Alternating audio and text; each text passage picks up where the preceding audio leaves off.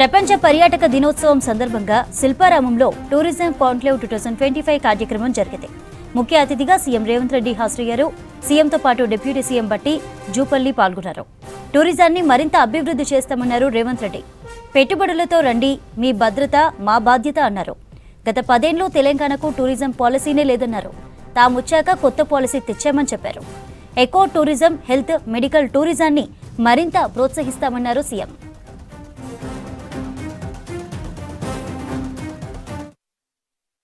మొదటిసారి తెలంగాణ రాష్ట్రం వచ్చిన తర్వాత 10 సంవత్సరాలు తెలంగాణ రాష్ట్రానికి టూరిజంలో పాలసీ లేదు. కానీ జూపల్లి కృష్ణారావు గారు మంత్రిగా బాధ్యత తీసుకున్న తర్వాత వివిధ సంస్థల్ని, వివిధ రాష్ట్రాల, వివిధ దేశాల యొక్క టూరిజం పాలసీలని స్టడీ చేసి మొట్టమొదటిసారి తెలంగాణ రాష్ట్ర ప్రభుత్వం తెలంగాణ టూరిజం పాలసీని అడాప్ట్ చేసుకొని వరల్డ్స్ టూరిజం డే మొట్టమొదటి కాంక్లేవ్ ఈరోజు ఏర్పాటు చేసి అధికారులు, ముఖ్యంగా జయేష్ రంజన్, జూపల్లి కృష్ణారావు గారు 15,000 crores investments they have attracted in Telangana. I wanted to congratulate them on record. Actually, I have given target 15,000, but today I have told them it has been increased up to 50,000 crores. Why? Because Telangana is that potential. New York is having Statue of Liberty. Some of the countries are having Eiffel Tower, Disney World. ఇలాంటి tourism spots వివిధ దేశాలలో ఉన్నాయి. కానీ తెలంగాణ రాష్ట్రంలో హైదరాబాద్ నగరంలోనే Charminar, Golconda forts, Ramoji film city లాంటి tourism spots ఒక్క తెలంగాణ రాష్ట్రంలో హైదరాబాద్ నగరంలోనే ఇక్కడ ఉన్నాయి. ఇవే కాదు, tiger reserve forest, Amrabad tiger reserve forest, Kawal tiger reserve forest, అదేవిధంగా రామప్ప టెంపుల్, యునెస్కో గుర్తింపు పొందిన రామప్ప టెంపుల్, 1000 పిల్లర్స్ టెంపుల్, అలంపూర్లో ఉండే శక్తి పీఠాలు, ఈ రకంగా చెప్పుకుంటూ వెళ్తే Telangana is one of the best tourism destination. We have ecotourism, we have temple tourism. Today we have medical tourism also. Asian countries, particular Middle East countries, people are coming to Hyderabad for medical treatments or medical tourism. So we wanted to promote, Telangana government has decided to attract, to promote ecotourism, medical tourism, health and temple tourism. We have many oldest of the old temples are there, heritage structures are there in Hyderabad. Nizam has constructed many more heritage buildings. All around Hyderabad, particular in Musi, all these are Nizam has constructed wonderful structures. All these are neglected. Now we wanted to revive all those. Hyderabad is not old city. Hyderabad is original city. We wanted to revive our original city.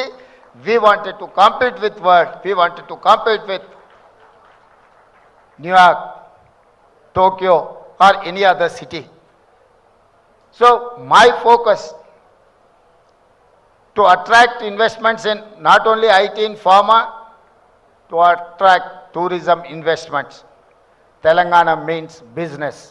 You invest, your investment is safe, you are going to get profits. This is my assurance. While world Operation Sindoor was going on, that time we have conducted Miss World competitions in Hyderabad. That is how safe is Hyderabad. ఎవరు హైదరాబాద్లో రక్షణ గురించి, శాంతి భద్రతల గురించి ఆలోచన చేయాల్సిన అవసరం లేదు. ఇండియా పాకిస్తాన్ యుద్ధం జరుగుతున్నప్పుడు కూడా హైదరాబాద్ నగరంలో ప్రపంచ సుందరీమణుల పోటీని నిర్వహించి ఇది అత్యంత సేఫెస్ట్ సిటీ అని మనం ప్రూవ్ చేయగలిగినాం. ఇండియా మొత్తం లా అండ్ ఆర్డర్ మీద government of India first place Telangana Hyderabad అని చెప్పి గవర్నమెంట్ ఆఫ్ ఇండియా డిక్లేర్ చేసింది. ఈ రాష్ట్రంలో శాంతి భద్రతల విషయంలో కానీ, పెట్టుబడుల రక్షణ విషయంలో కానీ, టూరిస్టుల యొక్క రక్షణ విషయంలో కానీ తెలంగాణ రాష్ట్ర ప్రభుత్వం కట్టుబడి ఉన్నది. మిమ్మల్ని అందరినీ తెలంగాణ రాష్ట్రంలో పెట్టుబడులు పెట్టండి, రక్షణనే కాకుండా లాభాలను అందించే బాధ్యత తెలంగాణ రాష్ట్ర ప్రభుత్వం తీసుకుంటుంది. 1994 నుంచి 2004 వరకు చంద్రబాబు నాయుడు గారి గవర్నమెంట్, 2004 to 2014 రాజశేఖర రెడ్డి గారి గవర్నమెంట్, 2014 to 2023-24 చంద్రశేఖరరావు గారి government. Today my government is there. We have never changed our policies. Government may be changing time and again, but we have not changed our policies. We are there to protect your investment and your interest. పర్యాటకులకి తెలంగాణ రాష్ట్రం పరిసర ప్రాంతాలన్నీ కూడా ఒక స్వర్గసీమ లాంటివి.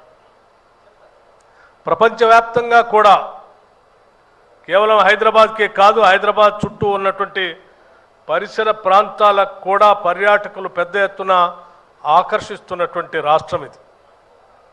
సరే, ఎందుకో గత 10 సంవత్సరాలు ఈ రాష్ట్రాన్ని పాలించినటువంటి ఆనాటి టీఆర్ఎస్ ప్రభుత్వం టూరిజం మీద దృష్టి సారించక ఈ రాష్ట్ర ఔన్నత్యాన్ని ప్రపంచ పటం మీద తీసుకొని వెళ్లకుండా, ఈ రాష్ట్రానికి ప్రపంచ పర్యాటకుల్ని ఆకర్షించకుండా గాలికి వదిలేసింది.